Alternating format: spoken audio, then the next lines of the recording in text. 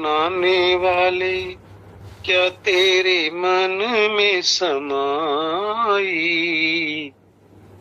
काहे को दुनिया बनाई तूने, काहे को दुनिया बनाई। दुनिया बनाने वाले क्या तेरे मन में समाई। काहे को दुनिया बनाई तूने, काहे को दुनिया बनाई। काहे बनाए तूने माटी के पुतले। धरती ये प्यारी प्यारी सुंदर से मुखड़े। काहे बनाए तूने माटी के पुतले। धरती ये प्यारी प्यारी सुंदर से मुखड़े। काहे बनाया तूने दुनिया का खेला, जिसमें लगाया तूने विषयों का मेला। काहे बनाया तूने दुनिया का खेला, जिसमें लगाया तूने विषयों का मेला। चुप तमाशा देखे वाह रे तेरी खुदाई। गुपचुप तमाशा देखे वाह रे तेरी खुदाई। काहे को दुनिया बनाई तूने, काहे को दुनिया बनाई। तू भी तो तड़पा होगा मन को बनाकर। तूफान ये प्यार का मन में जगा कर। तू भी तो तड़पा होगा मन को बना कर। तूफान ये प्यार का मन में जगा कर। कोई छवि तो होगी आंखों में तेरी। आंसू भी तो छलके होंगे पलकों से तेरी। कोई छवि तो होगी आंखों में तेरी। आंसू भी तो छलके होंगे पलकों से तेरी। बोल क्या सूझी तुझको, काहे को प्रीति जगाई। बोल क्या सूझी तुझको, काहे को प्रीति जगाई। काहे को दुनिया बनाई तूने, काहे को दुनिया बनाई। प्रीत बना के तूने जीना सिखाया। हंसना सिखाया तूने, रोना सिखाया। प्रीत बना के तूने जीना सिखाया। हंसना सिखाया तूने, रोना सिखाया। जीवन के पथ पर साथी मिलाए। जीवन के पथ पर साथी मिलाए। साथी मिला के तूने सपने सजाए। जीवन के पथ पर स्मित मिलाए। प्रीत मिला के तूने सपने सजाए। सपने सजा के तूने काहे को दे दी जुदाई। सपने सजा के तूने काहे को दे दी जुदाई। काहे को दुनिया बनाई तूने, काहे को दुनिया बनाई। दुनिया बनाने वाले क्या तेरे मन में समाई। काहे को दुनिया बनाई तूने, काहे को दुनिया बनाई तूने, काहे को दुनिया बनाई। हरिओम।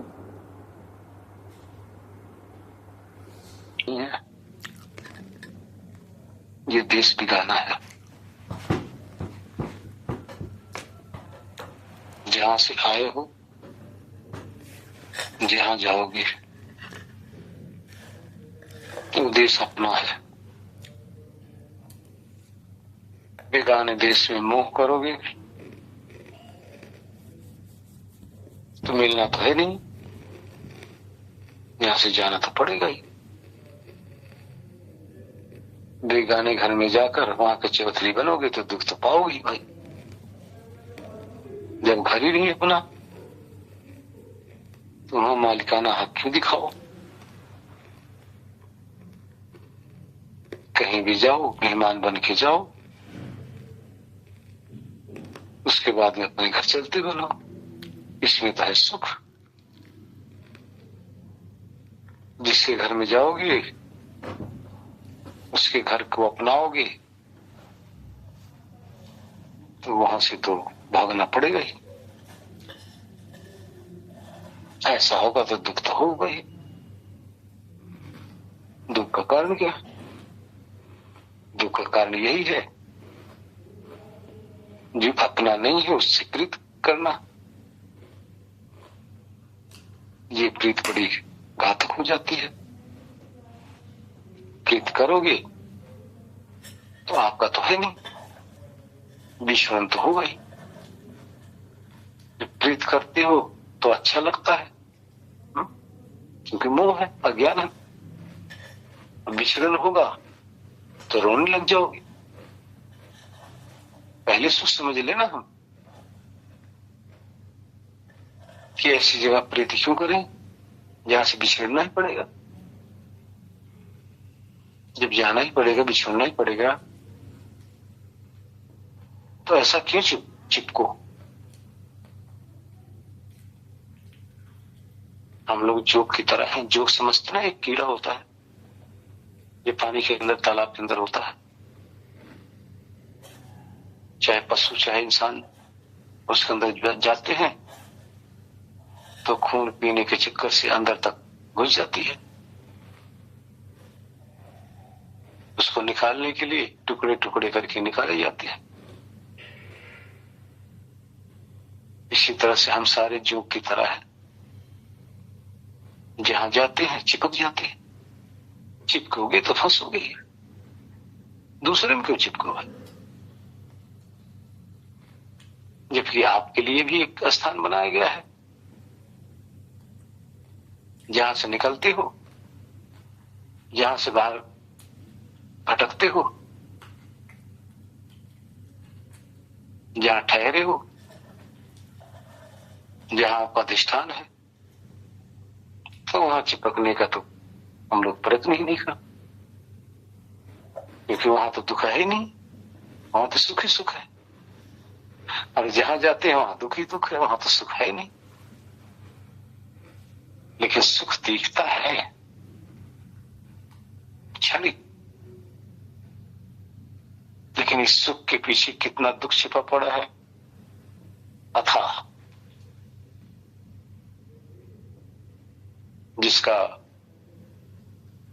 जिसके विषय में बताना ही कठिन है। ये तो सिर्फ वही जानता है जो चिपका होता है, और जब बिछड़ता है तो जो कष्ट होता है तो उसको पता है। मृत्यु काल में भी यही कष्ट होता है, सब कुछ छूटता है। अब देखो किसी का पति मरता है, छूटने वाले को भी कष्ट होता है, और जिसका पति जा रहा है उसको कितना कष्ट हो रहा होगा। विचार करो। शायद आम आदमी तो इसके विषय में सोच भी नहीं सकता। किसी की पत्नी जाती है, जब पति रह जाता है, शायद जितना उसको कष्ट होता होगा शायद किसी भी तरह से उस दुख को बताया नहीं जा सकता। लेकिन जब पति पत्नी नहीं मिले थे तो कितना सुख था। मिले हैं, बिछड़ेंगे, यही संसार है, ये संसार की रीति है। क्योंकि हमने मोह कर लिया, जगत से प्रीत लगा लिया, और इससे प्रीत लगाने के कारण से भटकन होगा, विचलन होगा, तो कष्ट होगा ही। किसी की तरफ लगाओ, किसी भी चीज की तरफ लगाओ, किसी भी पदार्थ की तरफ आप दृष्टि डालिए, किसी प्राणी की तरफ आप दृष्टि डालिए। एक इंसान कुत्ता पाल लेता है, और कुत्ता जब खत्म हो जाता, मर जाता ना, तो उस मालिक को कितना कष्ट होता है, विचार करो। तोता पाल लेता है तब भी कष्ट होता है, गाय भैंस पाल लेते हैं तब भी कष्ट होता है। और ये सच है, विचरण तो होगा इनका। और ये भी सच है, जाना भी है, जाना भी है। क्या पता कौन पहले चला जाए, ये तो अपने अपने कर्मों के ऊपर है। जितना ज्यादा पापी होगा उतना अधिक समय तक धरती पर रहेगा। ध्यान देना, पाप और पुण्य दो ही चीज भोगने के लिए इस धरती पे शरीर में रहना पड़ता है। पाप न हो तो सुख ही सुख रहेगा, और पुण्य न हो तो दुख ही दुख रहेगा। पाप के कारण से, पाप का अर्थ किसी को हम सताए हैं, किसी के हानि पहुंचाए हैं, मन से, वचन से, कर्म से, तो उसका कष्ट मिलेगा। मन से, वचन से, कर्म से यदि सुख पहुंचाए हैं तो हमें सुख मिलेगा। तो संसार तो बदले का खेल है। तो यही करने तो सब आए हैं, अन्यथा क्या जरूरत है यहां आने की। अब जिसके पास जितना पाप पुण्य है उसको अधिक समय तक रहना पड़ेगा, जिसके कम है वो जल्दी चला जाएगा। ये खेल इस तरह से रचा गया है, इस खेल को समझे हम। कोई पहले जा रहा है, कोई बाद में जा रहा है, यही तो है। इसलिए इस रहस्य को समझ जाए तभी हम अपने आप को पाप और पुण्य दोनों से बचा सकते हैं। पाप रहेगा तब भी आना है, पुण्य रहेगा तब भी आना है। पाप रहेगा तब भी दुख, पुण्य रहेगा तो सुख के चक्कर में दुख। क्योंकि शरीर रहेगी तो आपको अभी तो पुण्य का बदला आपको मिलेगा, सुख। और शरीर रहेगी तो शरीर तो दुखों का भंडार है। सब दुखों का मूल आपके शरीर है। और शरीर क्या है? नस नाड़ी का बंधन है। मिट्टी, पानी, अग्नि, हवा, उसी का विस्तार है। और आप ना मिट्टी हो, ना पानी हो, ना अग्नि हो, ना हवा हो, लेकिन इस झमेले में तो पड़ गए, है ना? झमेले में पड़ गए। झमेले में पड़ने का कारण पाप और पुण्य, आपकी आसक्ति। पत्नी गई पहले तो उन्होंने अपना पाप पुण्य भुगत लिया, पति गए पहले तो अपना पाप और पुण्य भुगत लिए। जो रह गए अपना तो भोगो भोगो, और इस जुदाई का गम और भोगो साथ में। जो मोह किए थे ना, अटैचमेंट, उसको भोगो। अभी देखो ना, पत्नी चली गई या पति चले गए, पीछे वाला रोता क्यों है, याद क्यों करता है, तड़पता क्यों है, क्या कारण है? जो आपने सुख उठाया ना उनसे, इसलिए रो रहे, उनके लिए नहीं रो रहे हो, उनके लिए नहीं रोगे, अपने सुख के लिए रो रहे हो भाई। आज भी आपकी सुख की कामना उनसे बनी हुई है, सुख की चाहत है कि होती तो ऐसे सुख देती, बैठ के बातें तो करते, बोर नहीं होते। यही तो आप याद कर रहे हो ना, और क्या याद कर रहे हो? ये सबके अंदर स्वार्थ भावना है। पत्नी के लिए कोई पति नहीं रोता, अपने सुख के लिए रोता है। पति के लिए कोई पत्नी नहीं रोती, अपने सुख के लिए रोता है। सब कोई स्वार्थी हो भाई, जगह स्वार्थी। गुरुजी ये तो सत्य है, फिर अपना टाइम तो नहीं कटता ना गुरुजी।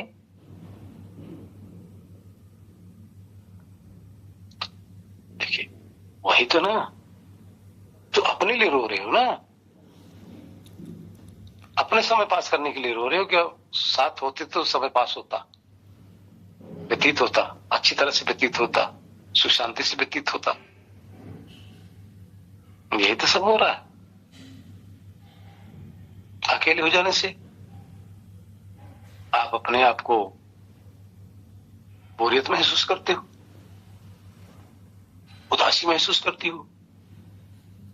और जब साथ में बैठ के जो सुख का अनुभव करते थे, यानी अपने अंदर की बात, अंतरात्मा की बात जो शेयर करते थे, अब नहीं कर पा रहे हो, अब अंदर ही अंदर घुट रहे हो, तो ये तो दुख है।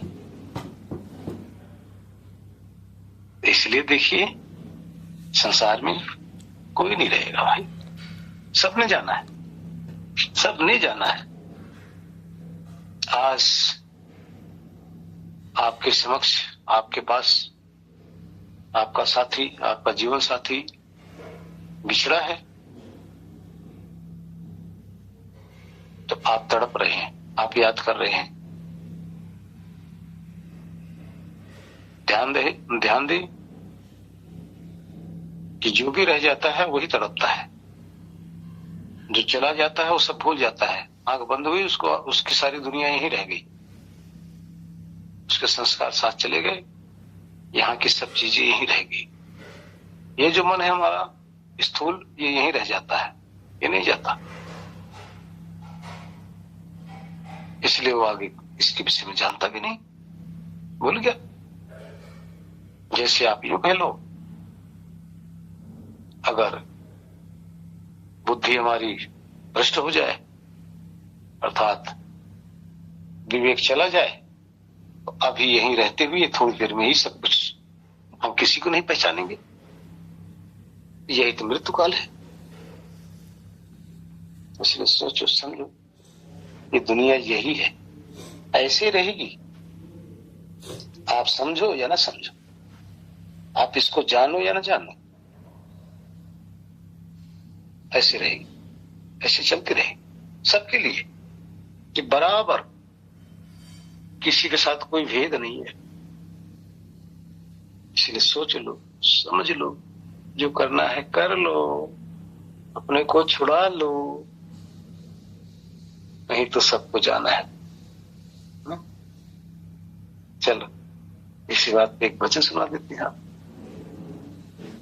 तिनका जग में है मेला, सब चला चली का खेला। दो दिन का जग में है मेला, सब चला चली का खेला। सब चला चली का खेला, हाँ चला चली का खेला। दो दिन दिन का जग में मेला, बस चला चली का खेला।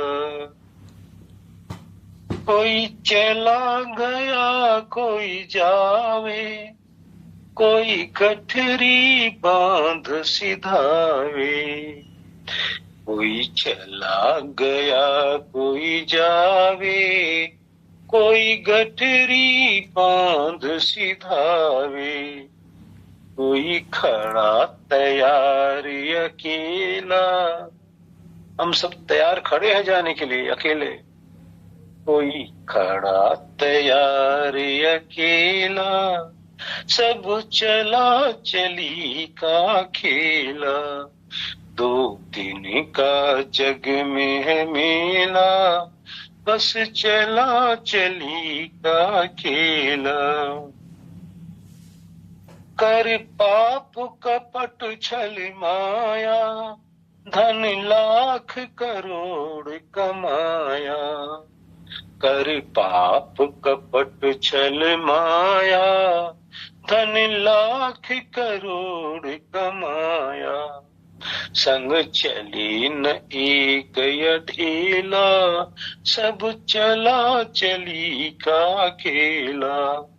2 दिन का जग में है मेला, बस चला चली का खेला। सुत नारी मातु पितु भाई, कोई अंत सहायक नहीं। सुत नारी मातु पितु भाई, कोई अंत सहायक नहीं। क्यों भरे पाप का ढेला, क्यों भरे पाप का ढेला, सब चला चली का खेला। 2 दिन का जग में है मेला, बस चला चली का खेला। यह न स्वर सब संसारा, कर भजन ईश का प्यारा। यह न स्वर सब संसारा, कर भजन ईश का प्यारा। ब्रह्मानंद कहे सुन चेला, सब चला चली का खेला। 2 दिन का जग में है मेला, बस चला चली का खेला। हाँ चला चली का खेला। 2 दिन का जग में है मेला, सब चला चली का खेला।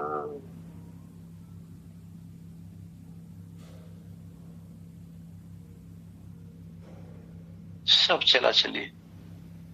कितने चले गए, कितने जा चुके हैं आपने देखा है। कितने पड़े हुए हैं बिस्तर पर, तड़प रहे हैं जाने के लिए।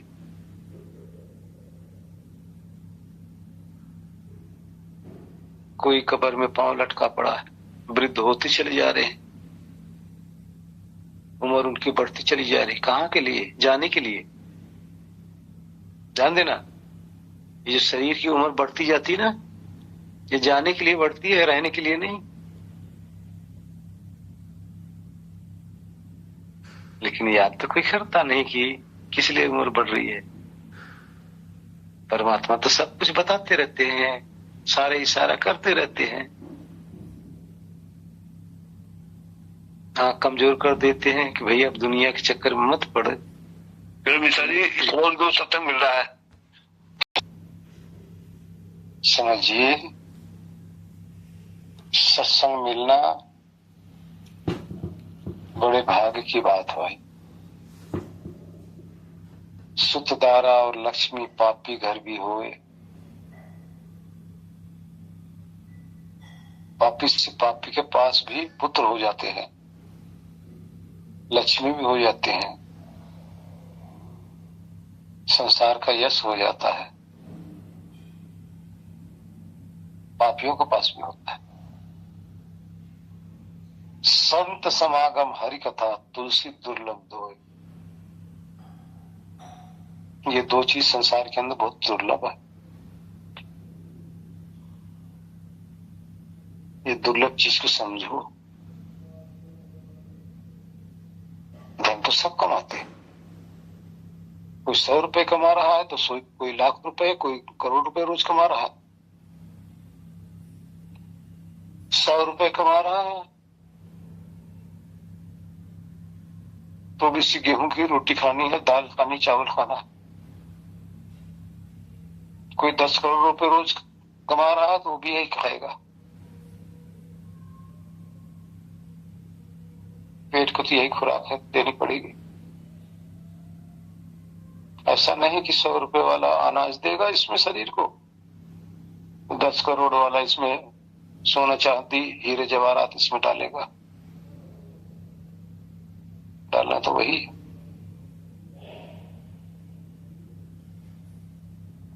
लेकिन आज के समय में जो करोड़ रुपए कमा रहा है वो भाग्यवान कहा जाता है। लेकिन ध्यान देना, चाहे अरबों रुपए कमा लो, ज्ञान आपके सारे अरबों रुपए पड़े हुए हैं, ज्ञान के आगे सब मिट्टी है, कौड़ियों की तरह पड़ा हुआ है। ज्ञान को खरीदा नहीं जा सकता।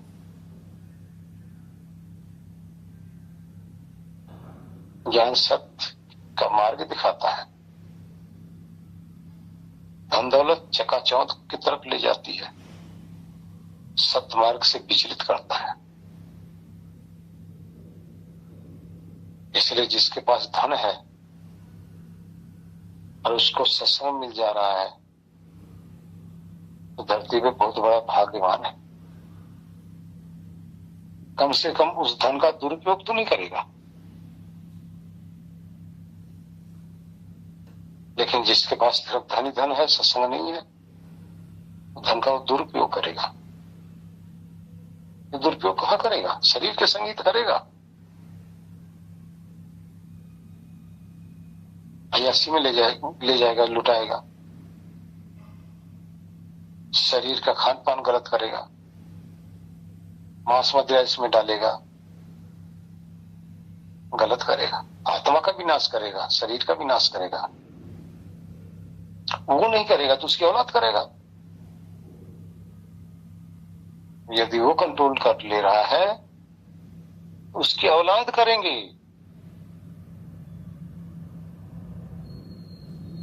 इसलिए अगर जिसको सत्संग मिल जाता है ना, बहुत भाग्यवान है धरती पर। जिसको हरि चर्चा सुनने को मिल जाए, बहुत भाग्यवान। संसार की सच्चाई उसके सामने प्रकट होती है। संसार की जो चकाचौंध है इस सच्चाई से तो हटाती है ना, सत्य की तरफ नहीं ले जाती, सत्य से हटाती रहती। इसलिए जिसको भी सत्संग मिल जाता है बहुत भाग्यवान है। और सत्संग का आचरण जिस पे चढ़ने लग जाता है, उसका रंग चढ़ने लग जाता है, वो उससे भी बड़ा भाग्यवान है। जो अंदर गोते लगाने लग जाता है उससे भी बड़ा भाग्यवान है। जो अंदर जाके अपनी वृत्तियों का लय कर देता है वो उससे भी बड़ा भाग्यवान है। और जो जीते जी इस देह से हटकर अपने आत्मा की खोज कर लिया वो उससे भी बड़ा भाग्यवान है।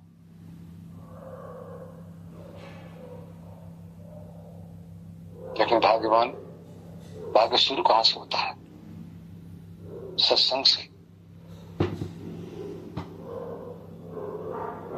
भाग्य खराब कहां से होता है? इन वासनाओं से।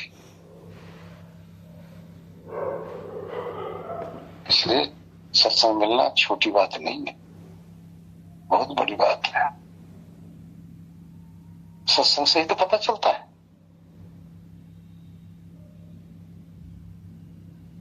आत्मा क्या है?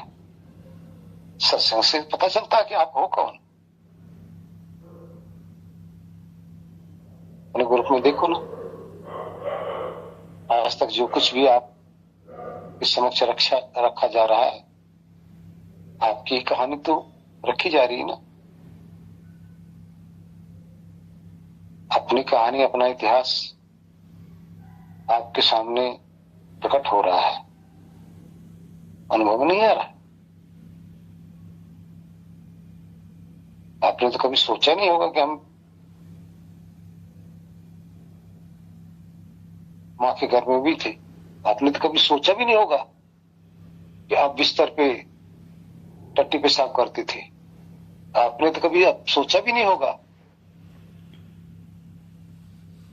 जब कोई दुनिया में नहीं था तो परमात्मा ने आपकी मां के स्तन में दूध देखकर आपको जिलाया।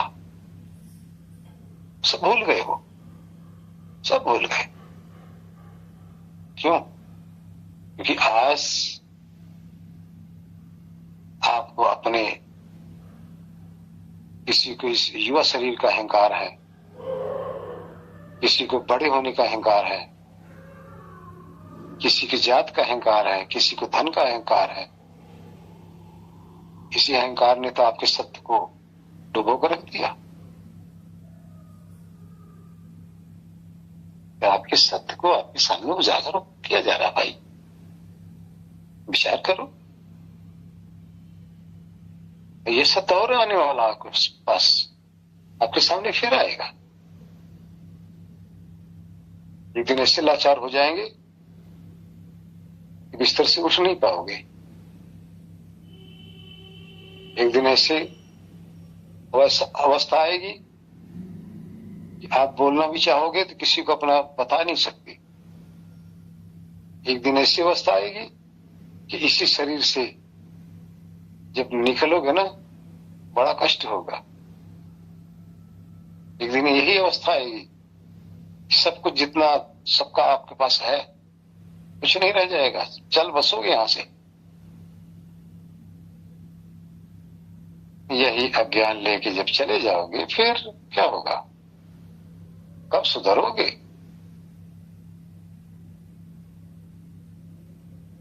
आज कितना अहंकार है हमारे पास। शरीर का अहंकार है, जवानी का अहंकार है, शरीर के गोरेपन का अहंकार है, पत्नी पति मिल गए अच्छे तो उनका अहंकार है, बेटे मिल गए अच्छे तो उनका अहंकार है, धन दौलत है तो उनका अहंकार है, मकान है तो उनका अहंकार है, गाड़ियों पे चढ़ते तो उसका अहंकार है। जगह जगह तो अहंकार ही अहंकार है ना। यही अहंकार तो सत्य को छुपा के रखा हुआ है। ये सत्संग इसी अहंकार का नाश करता है। ये जो अहंकार सबके अंदर आता ना, इस अहंकार रूपी गंदगी को सत्संग साफ करता है। और अहंकार ही परमात्मा का भोजन है।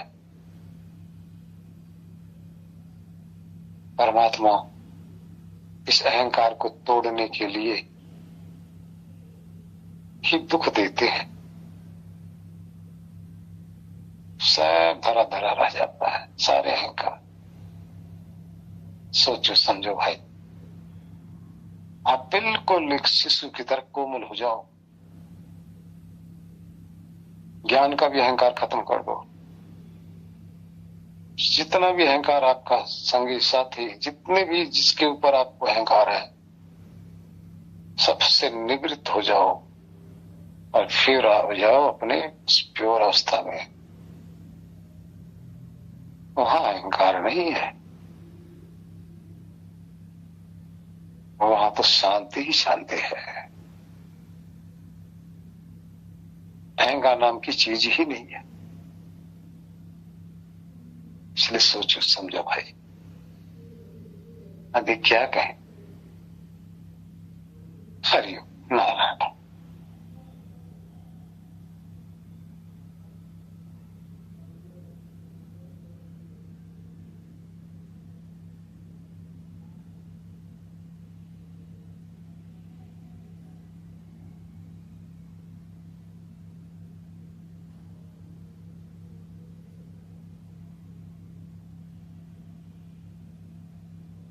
हाँ जी डॉक्टर साहब।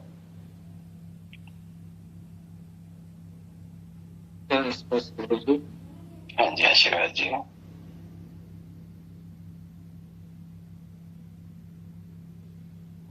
रोज मैं कहीं बाहर आया हुआ हूँ। अच्छा ठीक। सारे लोग हैं तो मैं आज कुछ बोल नहीं पाऊंगा। जी जी ठीक है कोई दयाल हूँ मुझे। अपने स्वरूप का बोध करने में लगभग समर्थ हो जाती है, कुछ कुछ जानकारी कर लेती है, तो इसकी बेवलता और बढ़ जाती है गुरुदेव। तो इसकी बेवलता बढ़ने के बाद जो है,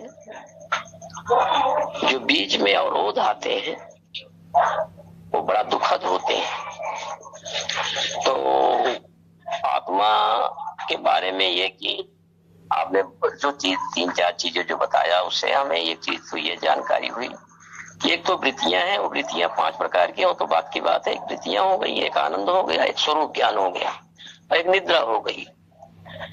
तो इन्हीं के बीच में कहीं ना कहीं हर व्यक्ति, हर आत्माएं जो हैं कहीं ना कहीं है, चाहे वो कहीं पर भी रहे, इन्हीं 5 स्थितियां जो हैं इन्हीं में रहना है।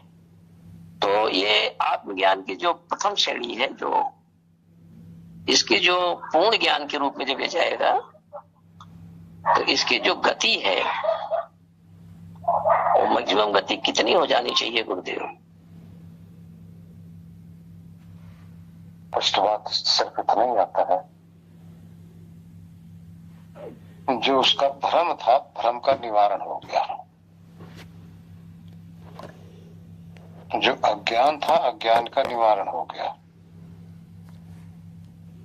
अब बताओ भ्रम का निवारण होने के बाद में क्या मिलेगा? अज्ञान के निवारण होने के बाद में क्या मिलेगा? अज्ञान का अगर निवारण होने का अर्थ होता ज्ञान मिल गया।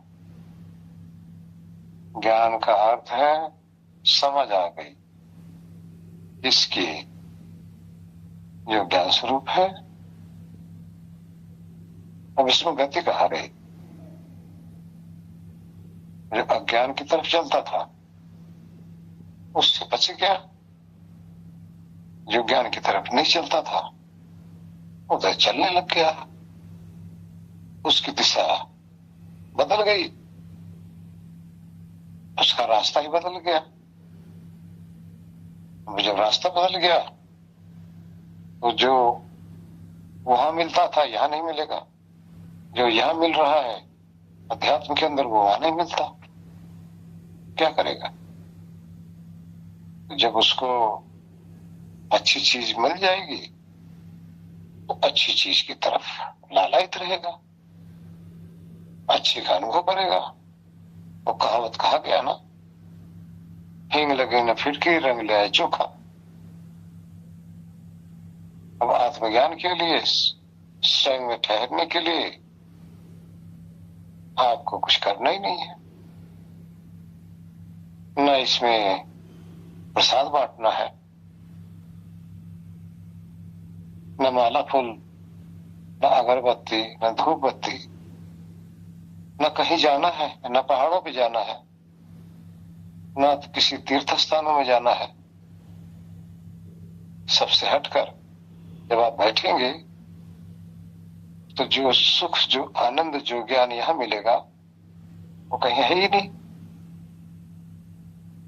जब यहां नहीं है वो चीज, बाहर कहीं है ही नहीं वो चीज, तो अंदर उसको जब मिल गया तो उसी में मस्त रहेगा।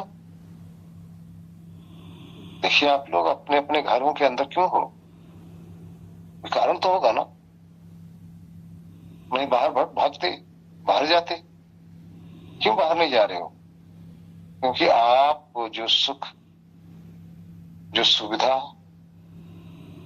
जो आपके घर में मिल रहा है वो कहीं नहीं है, इसलिए दूसरी जगह नहीं जा रहे हो। अगर आपको ही या आपके बच्चे को दूसरी जगह सुख सुविधा ज्यादा महसूस हो तो दूसरे में भागेगा। कितने बच्चे ऐसा है कि रात रात दोस्तों के पास गायब रहते हैं, क्यों? क्योंकि वहां उनको जो चाहते हैं वो सुख सुविधा वहां ज्यादा है। वो अय्याशी करने के लिए जाते हैं, और आपको सुख सुविधा आपके घर में मिल रही है, इसलिए बाहर जाते तो वापस आ जाते हो। इसी तरह से जो अंदर जो जाएगा, जो सुख मिलेगा, जो आनंद मिलेगा, जो ज्ञान मिलेगा, ये बाहर मिलेगा नहीं। तो अब वो अंदर जाके डूबेगा, अंदर डुबकी लगाएगा। क्यों? बिना परिश्रम के, बिना पैसे के, बिना किसी के साथ लिए, अकेले ही डूबेगा, और डूबेगा तो मौज लेगा। बस यही कारण है। ऐसा जो साधक है और दूसरे की उम्मीद छोड़कर अपने अंदर मस्त होता है, अंदर मस्त होगा तो उसको उसके सामने उसकी सच्चाई प्रकट होगी। एक तो वासनाएं भी खत्म होंगी, दूसरा जो वासनाएं का संस्कार पड़ गया वो भी खत्म होंगे, और तीसरा जो संसार में नहीं मिल सकता वो अंदर उसको मिल रहा है। इस तरह से जीवन व्यतीत करता है वो हरिओम।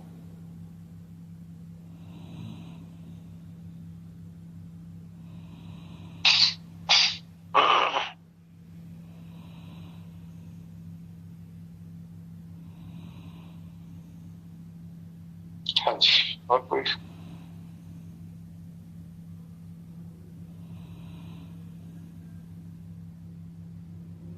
और कोई है भाई? रशीला जी?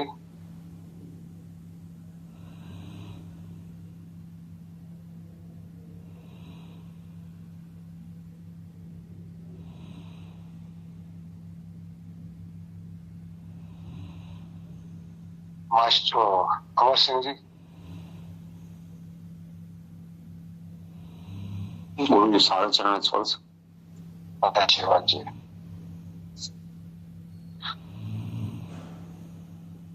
कोई प्रश्न नहीं गुरु जी, तो यथार्थ जो समझ लिया जैसे तैसे बैठ गया, फिर प्रश्न रह ही नहीं गया, तो कौन सा प्रश्न किया जाए।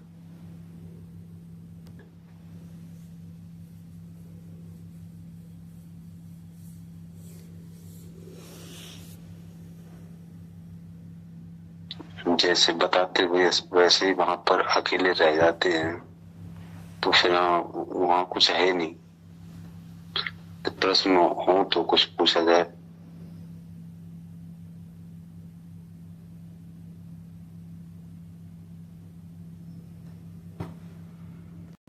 बड़े भाग्यशालियों को मिलता है। सारी जितनी आत्मा जुड़ी हैं सारे भाग्यशाली हैं। जैसे पूज श्री के जैसे जैसे प्रवचन रोज नई नई युक्ति नए नए तरीके से हर तरीके से समझा करके शुद्धता में पहुंचाते हैं, सत्य का अवलोकन कराते हैं। बाकी हमारे ऊपर ऐसा करें ना करें तो फिर हमारे जैसा नमक हरामी कौन होगा।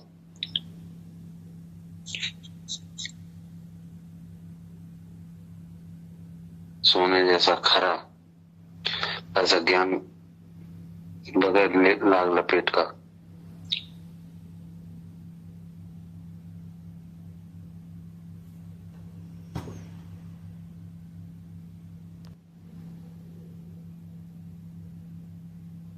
मन का मैल छुड़ा लो,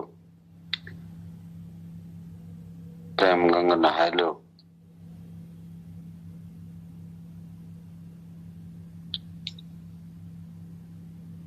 ये बस वहां पर पहुंचेंगे तो प्रश्न रहेंगे नहीं।